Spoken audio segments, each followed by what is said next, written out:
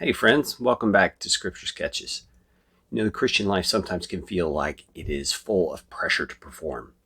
Like we've got to live right, we've got to pull it off, we've got to do all these things. And while we do have responsibility to live a life that is worthy of the gospel and a life that reflects our Savior, we, though being on the hook, are not the ones who are on the hook.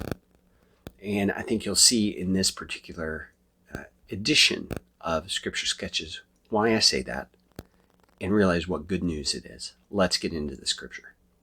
Okay, so far Paul has explained to us that it's our responsibility as believers in Christ to be unified, and that unity comes through each of us learning to have the same mindset that Jesus had, which is a mindset of considering others as more important than ourselves, more significant than ourselves, so that we're serving, we're blessing, we're doing the things that bring good about in the lives of others.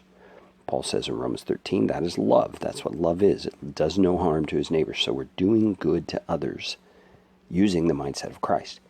Paul went on to tell us that it is God who actually works in us as we do that, to will, both to accomplish his will and to do his good pleasure. So we come to verses 14 and 15.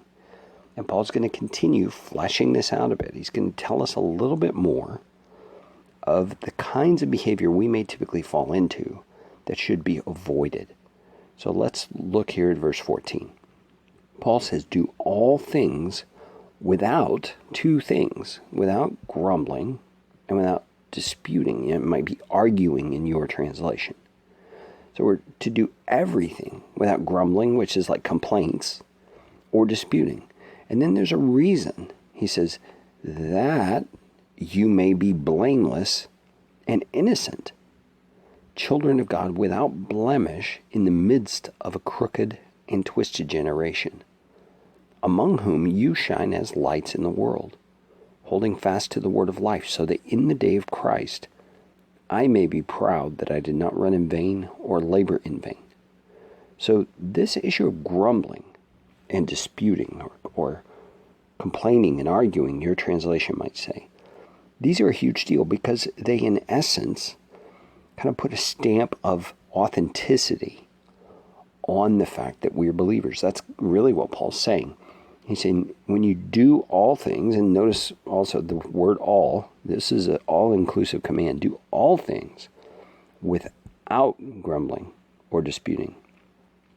And his reason, that you may be blameless and innocent, children of God. So he wants our behavior, let's write this out real quick. He wants our behavior to match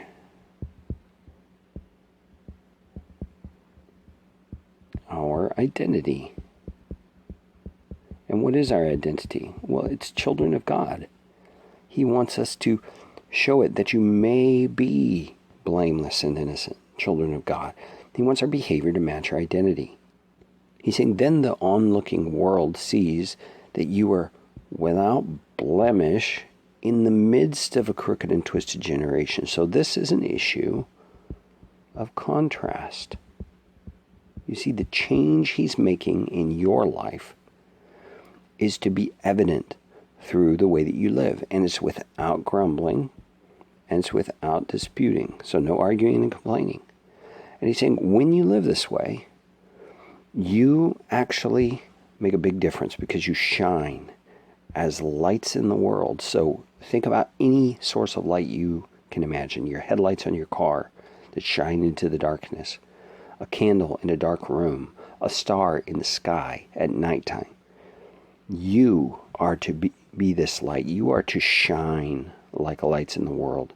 And what is it you're doing as you do that? Well, you're holding fast to the word of life.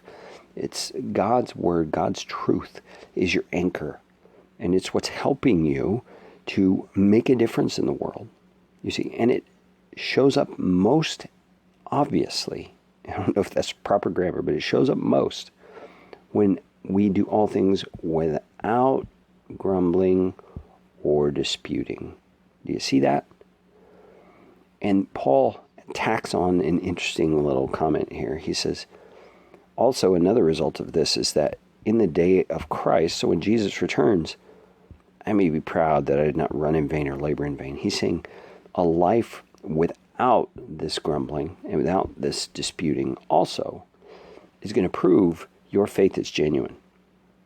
That's what Paul means, because Paul led the Philippians to faith in Christ. He's the one who invested in them and taught them about Jesus. And this life of continued consideration of others, without grumbling, without complaining, is a life that will demonstrate their faith is genuine. All right, so let's picture this a little bit more, okay? Let's draw another person here. They're living their life. They are a believer in Christ, and they are spitting out all this verbiage. Okay, I'm going to create a little speech bubble here that's coming from them. And all of this is grumbling and complaining. Let's call it, complaint, negativity, those sorts of things. We have another person over here. Let's just make this one a woman for some reason, who's hearing all this, and she's not a believer in Christ. And as she hears this, and especially if she knows this person is a believer in Christ, she's going to start to question, what is this person so complaining about? Are all Christians so negative? Is this what I have to look forward to if I'm a believer in Jesus Christ? Do you see how this grumbling and complaining here cuts off the ability to impact others in a positive way? Because what you are doing through your grumbling and complaining is no different than what they do typically. There's no change. There's no benefit. There's nothing they see that's appealing. But when there is no grumbling and complaining, this person over here looks on your life and says, wow, that person continues to consider others. That person continues to do so without complaint. That person continues to do so in even the most difficult circumstances. What is it that this person has that makes them such a winsome, steadfast, great example that I find myself wanting to be? You see, our salvation is proved genuine through our lack of complaint and our lack of grumbling. Our salvation is proved to be authentic so that others want it as we live lives without complaint, without grumbling. And that does not happen simply because we grit our teeth and make up our minds to do it. It happens because, number one, we have a mindset. And remember, back earlier in the passage, it's the mind of Jesus, the mindset of Jesus. So I'm going to say we have a Jesus mindset. That's number one. Secondly, we are obeying God, trusting that He is doing the work through us. Okay? And I'm going to put trust down here. And then we are careful about our speech. And we let God empower us there as well to give us the ability to speak in ways that are not grumbling and complaining, to speak in ways that are beneficial to the people that we are around, to speak in ways that demonstrate the light He has given us in our hearts that then spreads into the world.